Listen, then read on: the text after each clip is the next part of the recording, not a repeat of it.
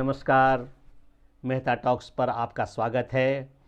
विविध विधाओं के इस कार्यक्रम में आज का विषय है सुबह सुबह सर्दियों के दिनों में जब उठते हैं तो मुंह से भाप निकलता होता है। बचपन में हम सभी हा हा करके धुआं निकालते थे, मानो अंदर में कोई पानी खोल रहा हो या कुछ धूम्रपान किया हुआ व्यक्ति और धुआं उगल रहा है। कुछ प्रदेशों में जहाँ बहुत अधिक सर्दी पड़ती है वहाँ तो ये काफ़ी है।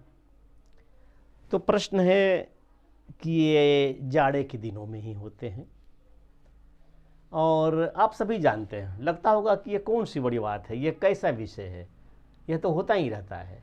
हाँ, होता है लेकिन आपने कभी जानने की कोशिश की है कि आखिर होता क्या है? अपने बैल को, गाय को बाहर खोल करके लाते हैं सुबह सुबह हल्की हल्की धूप में, तो उनके भी नथुने से इस प्रकार के धुएं निकलते हैं।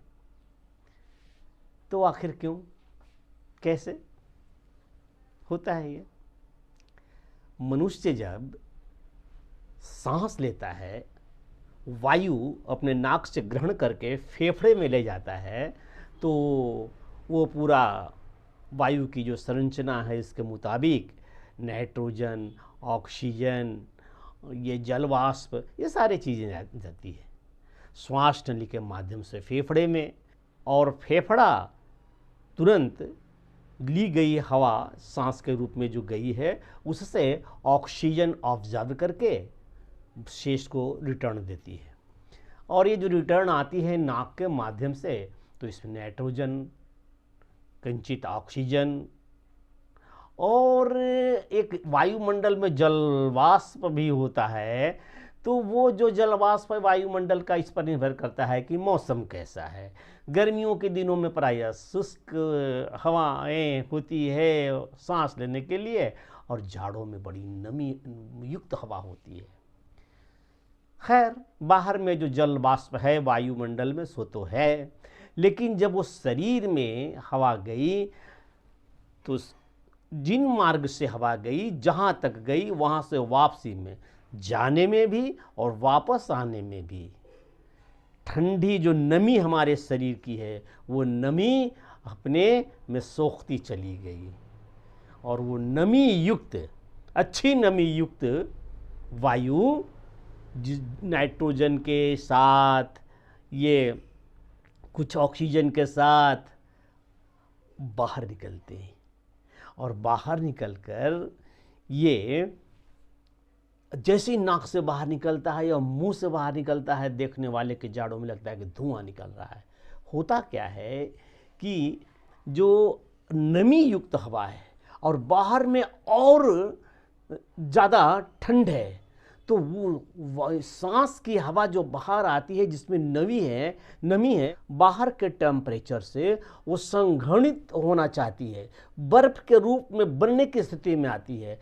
और वह जो पदार्थ की तीन अवस्था है, ठोस, गैस और तरल, तो हमने गैस की अवस्था में लिया था और गैस की ही अवस्था में भेजा है, लेकिन अंदर से कुछ और नमी इसको जो मिल गया है जाड़े के दिनों में, तो वो बाहर के टेम्परेचर के वजह से यह नमी जो हमने सांस के रूप में फेंका है, इसको बर्फ बनने की दिशा में ले जा रहा है, ठोस होने की दिशा में ले जा रहा है।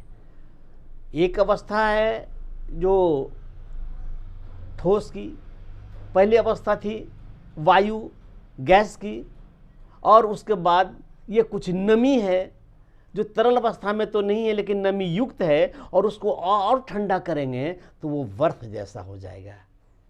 तो ये जो H2O है, H2O के अणु, दोनों अणु जहाँ बहुत कड़े से बंधे होते हैं वो तो बर्फ हो जाते हैं, और जहाँ हल्के होते हैं वो तरल रहते हैं, और जहाँ और भी हल्के होते हैं वो बिल्कुल वो गैस हो जाते हैं, वायु के रूप में रहते हैं। तो हमने लिया वायु के रूप में, छोड़ भी वायु के रूप में ही रह रहे हैं, लेकिन यह आज H2O बाहर के कम टेम्परेचर के वजह से इसके बंधन हवा के जैसे कम बंधे हुए न रह करके ये और आपस में बंधने चाहते हैं, और ये होना चाहता है ये बर्फ, और इस तरह से बर्फ की स्थिति में जाने के लिए सोचता है तो न बर्फ भी हो पाता, इतना टेम्परेचर कम भी नहीं कि बर्फ हो जाए। हाँ, जिन देशों में टेम्परेचर 0 डिग्री से भी कम हो,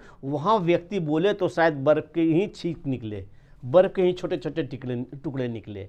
लेकिन अपने देश में वो कश्मीर भी क्यों ना हो, वहाँ पर हम जब लेते हैं तो ये जो नमी है जो हवा के साथ बाहर निकलती है, वो बर्फ़ बनने की दिशा में निकलती है, और इस तरह से वो लगता है कि हम ये कोई धुआं या भाप छोड़ रहे हैं। तो ये बनना चाहता है बर्फ़। अब ऐसे भी उसके उल्टा चलिए, बर्फ़ को लीजिए, उसके वो किसी बर्तन में बर्फ़ को लीजिए और उनको गर्म कीजिए तो क्या बनेगा? तरल। और गर्म कीजिए तो क्या बनेगा? भाप, है ना? और गर्म करने पर, और ठीक उस भाप को हम ठंडा करें, वाष्प को ठंडा करें तो क्या होगा? बनेगा तरल। और ठंडा करें तो बनेगा बर्फ। तो यही तो है, हमने गैस लिया और गैस में नमी आई, और इस नमी युक्त गैस वायु को बाहर और कम टेम्परेचर मिल रहा है, इसलिए यह बर्फ बनने की प्रक्रिया में है, जो हमको लगता है कि ये कि धुआं जैसा, एक वाष्प जैसा, वेपराइजेशन, ये जो वेपर है, ये उस अवस्था को हम देखते हैं। आशा है इस चीज़ को आप समझ गए होंगे। नहीं समझे होंगे तो आप कमेंट्स दीजिए, कुछ पूछिए इसके विषय में, तो मुझे भी लगे कि कुछ आप रिस्पांस ले रहे हैं। और आपसे उम्मीद है कि इसको लाइक कीजिए, सब्सक्राइब कीजिए यदि आप तक ने सब्सक्राइब नहीं किया है तो। और मुझे तो लगता है कि सब्सक्राइब करने की आवश्यकता है। बहुत सारे मेरे ये श्रोता है, दर्शक हैं, जिन्होंने वो सब्सक्राइब नहीं किया है अभी तक। करते ही नहीं है, छोड़ो, देख लिया, निकल लो। तो आप जब सब्सक्राइब नहीं कीजिएगा तो पता कैसे चलेगा कि कितने लोग हमारे दर्शक हैं, व्यूअर्स हैं। धन्यवाद, नमस्कार।